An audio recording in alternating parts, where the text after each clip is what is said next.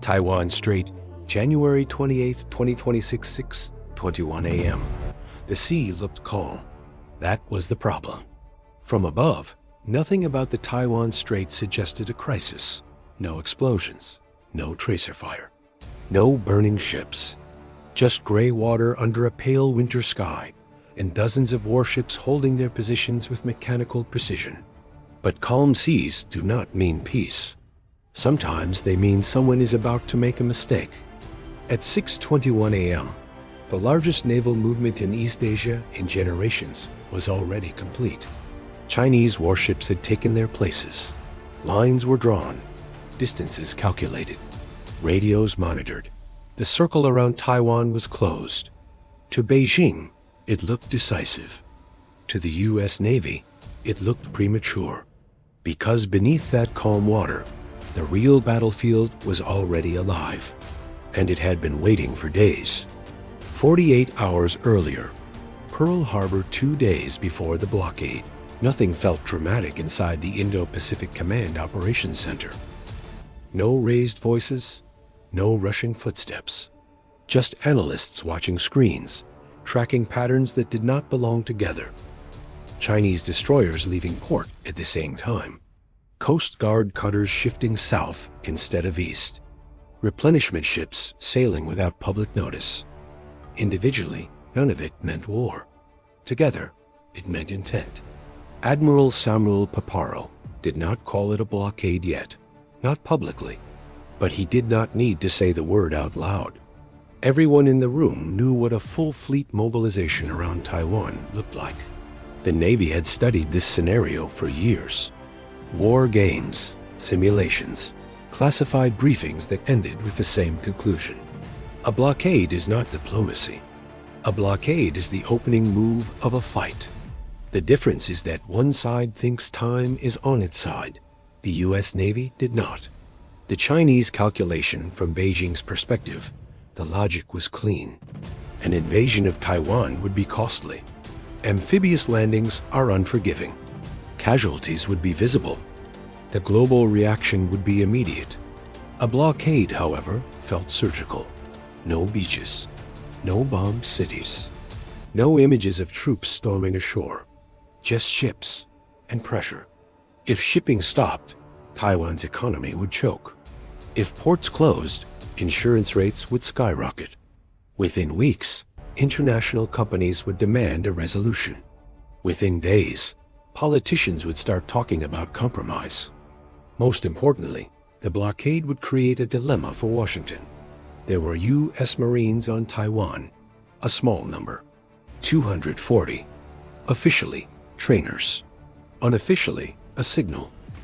Beijing believed that trapping them would buy leverage. Hostages without calling them hostages. Force Washington to slow down. To negotiate. To avoid escalation. It was a calculation built on one assumption: that the United States would react politically before reacting militarily. The U.S. Navy does not work that way. Captain Jake Morrison woke his unit before sunrise. The Marines had already seen the satellite imagery. They knew ships were moving. They knew something was unfolding offshore. But Marines are not strategists. They are professionals. Their job was not to guess the outcome. Their job was to be ready. Morrison did not dramatize the situation. Stay packed, stay alert. No speculation, he told them. We do our jobs. That's it. There was no panic. No speeches. Just routine checks and quiet discipline. What the Marines did not know was that they were never truly isolated. Not for a single minute. The carrier, USS Carl Vinson, 400 miles east of Taiwan, the USS Carl Vinson was already moving at flank speed. Carrier strike groups are not improvisational tools. They are instruments built for deliberate, overwhelming presence. Every movement is calculated days in advance. But this time, the timeline had shifted. Orders were clear. Proceed west. Prepare for contested waters. Assume escalation. The Vinson carried 75 aircraft, but more importantly, it carried certainty. When a carrier moves with intent, It signals that diplomacy has already failed somewhere else. Yet even the carrier was not the centerpiece of what was coming. That role belonged to assets no one could see.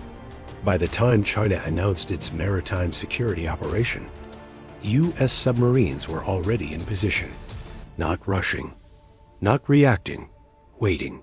Submarine warfare is not about speed. It is about geometry, angles, sound layers, predicting where an enemy will be, not where they are. The U.S. Navy had been tracking Chinese fleet movements since they left port. Every formation, every course change, every speed adjustment had been fed into undersea models. When the blockade formed, the submarines did not need to reposition. They were already there. 8 American attack submarines, 4 Japanese, 4 Taiwanese, 16 platforms spread across depth, distance, and direction. The blockade was not a wall. It was a box. 6 a.m. The announcement China's public statement came precisely on time.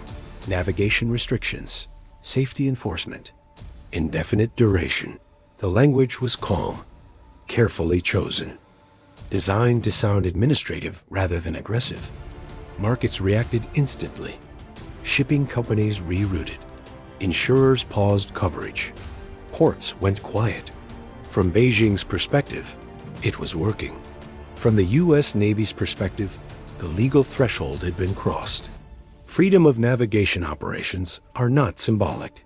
They are contractual. Treaties, alliances, and decades of precedent hinge on them. Once a blockade is enforced, it becomes a use of force. And force invites response. American aircraft arrived first. F-35s flew low, fast, and deliberately visible, not attacking, not threatening, just present. Chinese radar tracked them. Fire control systems followed them. Missiles stayed on standby. Beijing ordered restraint. Do not fire. Do not escalate. Let them pass. The aircraft did. The message went both ways. The U.S. Navy was not bluffing. China was not ready to shoot first. That hesitation would matter.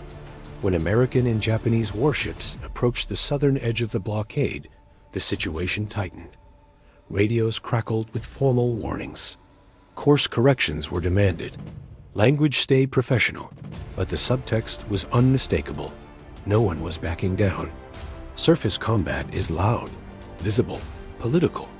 Submarine combat is none of those things. And that is why the decision came quietly. 7:05 a.m. The order of the command was brief. Weapons free. No speech. No drama. 16 submarines acknowledged. Within seconds, torpedoes left their tubes. Not in a wave. Not in a single direction. But from everywhere. The Chinese fleet did not hear them immediately. That was the point. Underwater, 7:06 a.m. Sonar operators aboard Chinese ships began reporting contacts. Then more contacts. Then too many contacts. The realization came fast and brutal. They were not enforcing a perimeter. They were inside a kill zone. Decoys deployed. Emergency turns ordered. Formations broke. But torpedoes do not care about formations. They care about noise, cavitation, and mass. The first impacts were catastrophic. Frigates buckled. Corvettes disappeared from radar. Crews scrambled as compartments flooded faster than damage control teams could respond. There was no time for heroics, only survival. The chain reaction. As southern units began sinking, panic spread across the fleet. Eastern task forces attempted to maneuver away, colliding with their own traffic patterns. Northern units hesitated, waiting for orders that never arrived in time. Beijing demanded reports. Commanders sent fragments. Multiple hits. Submarines everywhere. Unable to maneuver? By the time clarity emerged, the tactical situation was already lost. The surface fleet joined the fight only after the undersea battle had broken the structure of the blockade.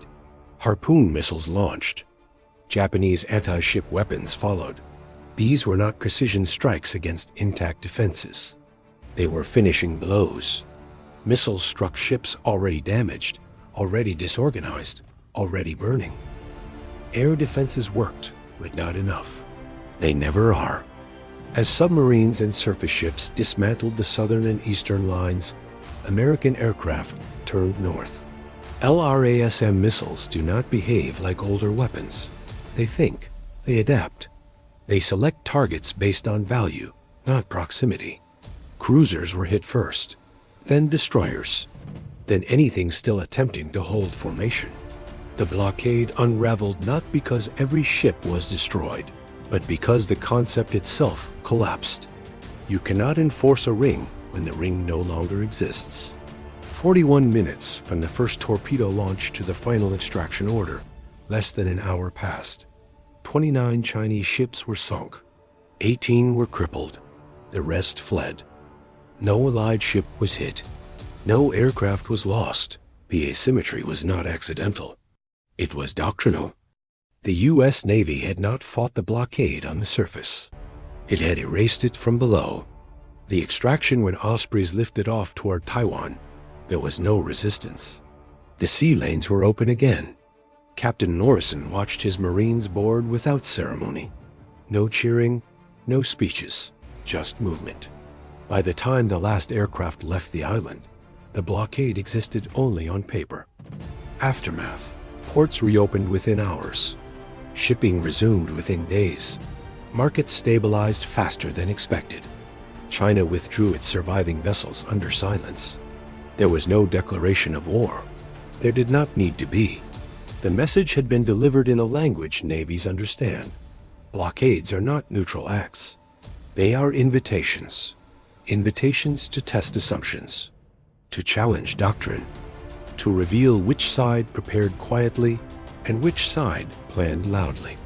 On January 28, 2026, the U.S. Navy did not seek escalation.